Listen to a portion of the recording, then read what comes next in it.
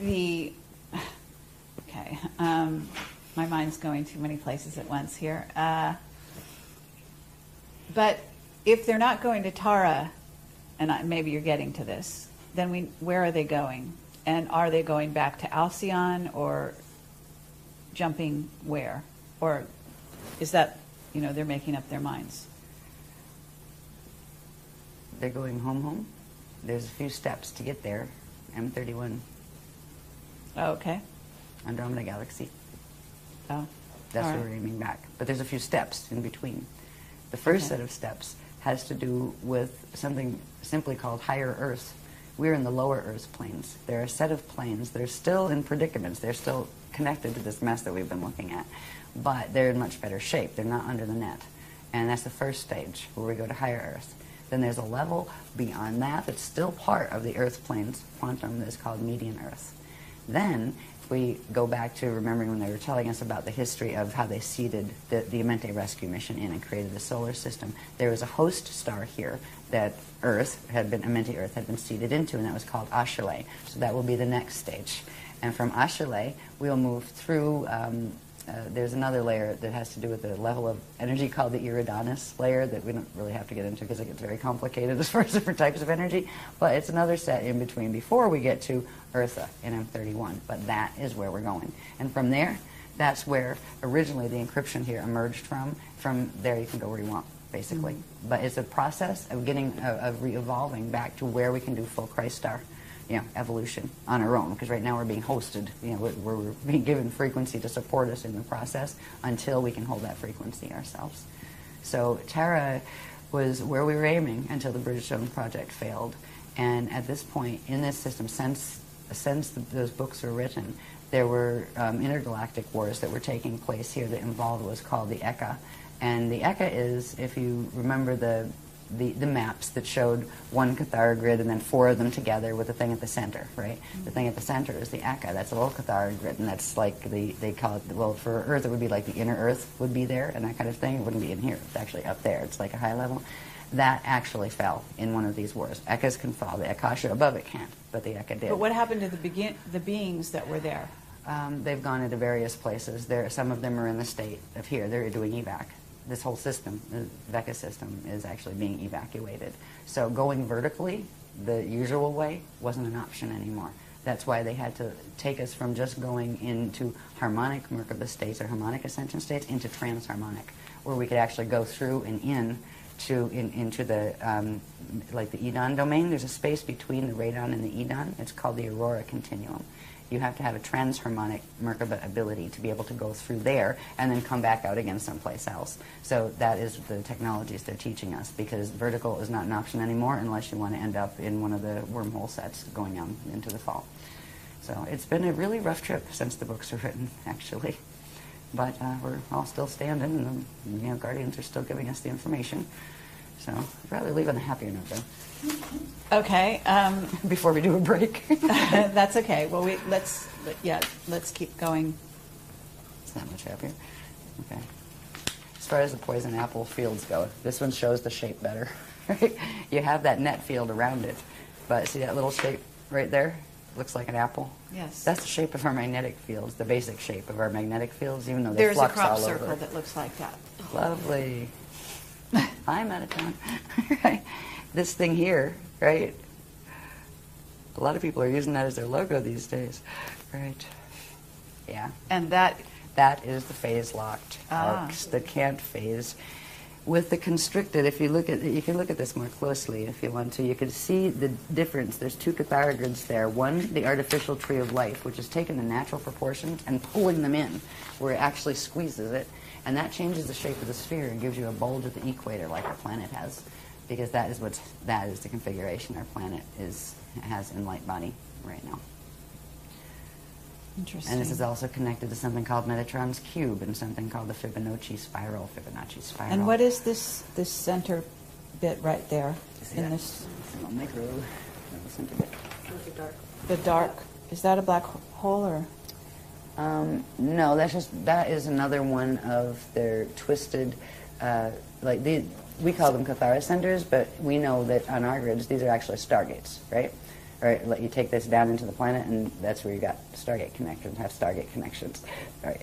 And these are twisted ones. So these would line up with the Stargates that interfaced with the Amenti gates to harness the Amenti gates. So that's just one of them here. But if you look at that, if you look at the teachings that goes with that logo, you'll be amazed to see how it fits and relate when it sits next to what eternal life creation is. All of the shapes that they've shown us how they fit together, what the processes are that they work from. They don't just say, here, there's a that. That's a sacred. Why is it a sacred? It does what? Right? They've shown how the pieces fit together, what the processes are, and then they've shown how those things, what they do to that structure. And so, anyway, there's all sorts of pieces that show we've had to do this because this is what is taking down the planet, these dynamics, and people now practicing them again, just like in Atlantis. It's like Atlantis rising again. It really is. The same, how do we get in this predicament? Very much Look around you. Same way. Yeah. Gullibility on a certain level where, oh, sure, I'll try that, right? Not wanting to hear it if somebody's trying to say, maybe you want to think about that first. How, the same way that right now you have a whole New Age movement that was supposed to be a movement of enlightenment and everybody loving each other, being a bunch of backbiting people practicing anti-Christian mechanics that are harming themselves and harming the planet. How did that happen? Same question for Atlantis. How did it happen? But there's also the misuse of crystals that I'd love you to talk about a little bit at some point if you are willing. There's all sorts of really strange things being done with crystals, and I'd probably rather get through this stuff, and that's kind of like that's kind of like orbs, crystals, orbs, tarot cards. No, I like tarot cards. I'd like to design a deck actually. They're really good for just letting spirit comment to you, give you waking dream material back to you. Yeah. Now crystals are another subject, and we do take them seriously. They're very powerful beings actually. And they can be used in terrible ways. And right now, speaking of crystals, it was really funny because right around 2002, the Guardians were starting to teach us about the Nibiru and Diotic crystal bases that are here. They're subterranean crystal installments that were planted here and actually seeded from Nibiru and used to create, literally spike the grids to receive Nibiruan frequency and to receive wormhole frequencies and that kind of thing. Now, all of the crystals in the world, under our world, are like that, but some are. Right when we were being given this information, this lady appears in one of the workshops, and she says, I've seen him. I went there. And she brought photos, and it blew my mind. Look at this. This is Leela. Yeah. She actually was one of the few that got to go down there. Is that she knew like, the sciences. I think they're in Mexico? Yeah, this Chihuahua. Yeah, and there's many others like that actually on the planet. Okay. But this one was one that was seeded. It's a Nibiruan cluster actually. Yeah. So. But what happens to the people that go inside there, though? It must be pretty intense. Well, if they don't die from the heat, right? It's like 107 degrees. Yeah, it's really bad. Frequency-wise, well, they were. You could do interesting things with those. Now they're not so bad because the Guardians have worked in a way that has recalibrated them, because there's been a whole bunch of deals and treaties going on, because the ones that broke the original Treaty of Altair that was talked about in the Voyagers book, they found that they lost that round, and the other ones are going to take them over and take over their grids. So a bunch of them handed their grids back over to us and kind of, we'll be nice now, right? It kind of comes down to a split between the Anunnaki and the Dracs, right? And the Dracs, you have Omicron Draconian, you have the others, Odedicron Reptilians, and a bunch of others. And then on the Anunnaki side, you have the Tothian Anunnaki, which are like the snake people, and you have the Jehovian Anunnaki and a number of others. And then you have the Weeses taking sides. You have the Weesadrax, Weesadex. And what about the Syrian Anunnaki? Where do they fit in? You have they can come both Jehovian. There's some Jehovian ones, and like Nibiruan ones are primarily Tothian, but not all.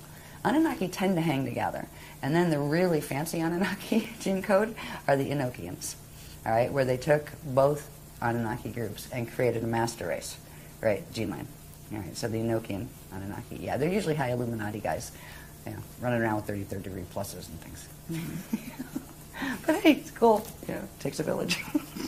Okay. Yeah. Well, we could get into more detail on that, but I guess let's move on. Should we take a break now, or do you want to go to the end? Why don't we take a break? Because Okay. I've hit that spot where we get into the planes of Earth, which gets fascinating because this is where we get into the spherical maps and the vertical maps going up and down from the core up into the atmosphere. And we start finding out where we're going to learn to orb to, and eventually where that space is going to become physically solid as well as this space. So we'll be able to move through, and that's what our teachings are teaching us how to do. Go home. Yeah.